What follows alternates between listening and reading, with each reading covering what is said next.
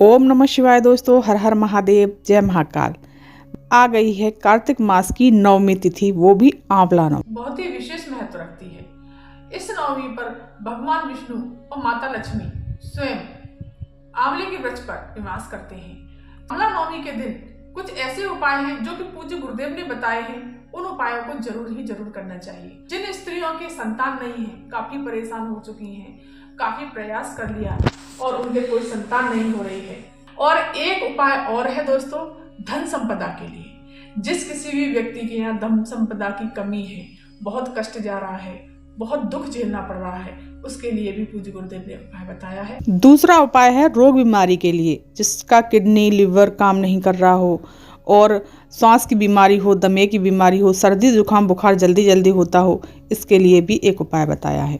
तो चलिए मैं ये उपाय आपको करके बताती हूँ। पूज्य गुरुदेव अपने व्यासपीठ से बताते हैं। बहुत सी माता बहनाएं नहीं समझ पाती हैं, उनके लिए मैं आज करके बताऊंगी कि उपाय हमें किस प्रकार से करना है और कैसे करना है। चलिए जानते हैं इसका उपाय। सबसे पहले आपको क्या करना है, एक तांबे के कलश में जल भर लेना है। अपने घर से ही जल भरना चाहिए, चाहे कहीं भी पूजा करने के लिए जा रहे हैं वहां पर। और आपको थोड़ा सा दूध ले लेना है कच्चा। अगर दोस्तों अगर गाय का दूध मिल जाता है तो अति उत्तम होगा। आपको थोड़ा सा कच्चा दूध ले लेना है, थोड़े से चावल ले लेने हैं, हल्दी, रोली, चंदन और घी, मीठा, एक दीपक, ये सब चीजें आपको लेकर के पहुंच जाना है आंवले के वृक्ष के पास। दोस्तों ये आंवले का वृक्ष नहीं है, मैंने आपको समझाने के लिए ये वृक्ष लगा रखा है, इसलिए मैं इस पे ही समझाऊंगी कि किस प्रकार से आपको पूजन करना है। आपको आंवले के वृक्ष के पास में पहुंच जाना है और जिन किसी माता बहनों के संतान नहीं है उसके लिए सबसे पहले उपाय बताऊंगी।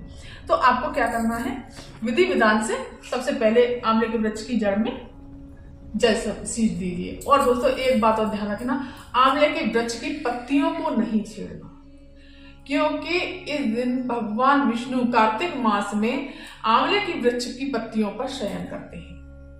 और जब भगवान विष्णु नींद से जागते हैं एकादशी वाले दिन, तो सबसे पहले माता लक्ष्मी का दर्शन करते हैं और भगवान भोलेनाथ डमरू का नाद करके उनको जगाते हैं।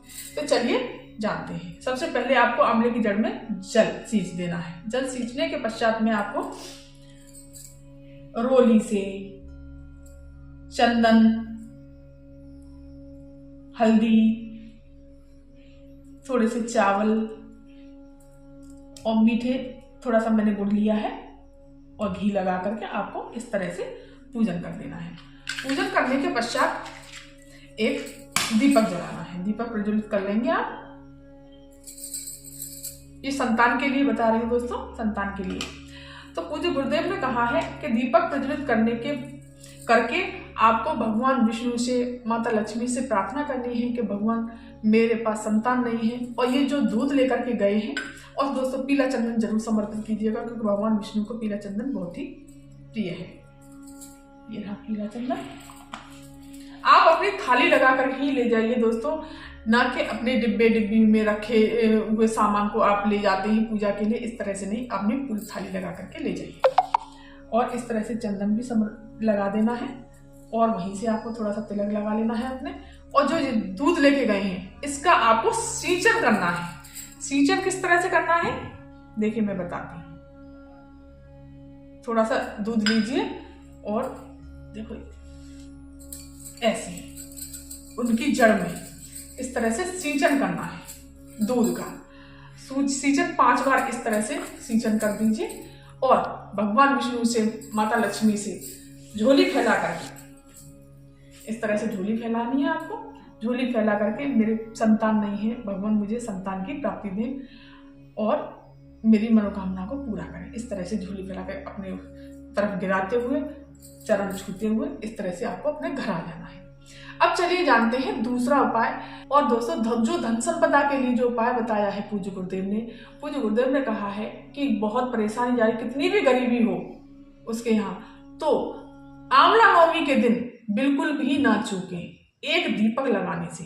तो आंवला नवमी के दिन आपको एक दीपक लगाना है, लंबी बाती का, ये तो गोल बाती का। और दीपक आरती कर देनी है दोस्तों, पुनः से आरती करके चरण छू के और अपने घर चले आना है। अब चलिए जानते हैं, जो कि इस दीपक को हटा देती हूँ। एक आटे का दीपक तैयार करना है आपको। इस तरह से आटे का दीपक तैयार करिए, उसमें घी भरना है। इस तरह से घी भरना है। लंबी बाती का दीपक तैयार करना है, क्योंकि लक्ष्मी जी के लिए बना रहे हैं, तो आंवले के वृक्ष के नीचे लंबी बाती का दीपक लगाया जाएगा। शाम के समय पर, प्रदोष काल के समय पर लंबी बाती का दीपक लगाएंगे। तो वहां पर भी आपको सबसे पहले ये हल्दी जो है पूर्वमुखी होकर के हल्दी आंवले के वृक्ष के नीचे समर्पित करेंगे, चंदन समर्पित करेंगे, रोली, चावल, मीठे से भोग लगाएंगे। और इस तरह से आपको आंवले के वृक्ष के नीचे चावल का स्थान देते हुए, या अगर आपके पास फूल हैं तो फूल का स्थान देते हुए आंवले के वृक्ष के नीचे बाती का मुख दोस्तों पूर्व दिशा की तरफ होना चाहिए। इस तरह से तो आंवले के पीछे ऐसे इस तरह से आप जो है बाती आंवले के वृक्ष के नीचे शाम के समय पर, प्रदोष काल के समय पर जरूर लगाएं। इससे आपके घर में धन संपदा बढ़ती चली जाएगी और कभी भी कोई कष्ट नहीं आएगा, सारी परेशानियां हल हो जाएंगी। चलिए जानते हैं अब तीसरा उपाय, जो कि रोग बीमारी के लिए है। कैसा भी रोग हो, किडनी से जुड़ा हुआ रोग हो, या लिवर से जुड़ा हुआ, या दमा की परेशानी, या सांस की परेशानी, या बहुत जल्दी सर्दी जुकाम होता है उसकी परेशानी, या कोई भी अन्य रोग हो, उसके लिए बताया है। इसी प्रकार से आपको हल्दी लगानी है, चंदन लगाना है, रोली, इस तरह से आपको चावल भी समर्पित कर देने हैं और जल समर्पित करना है थोड़ा सा।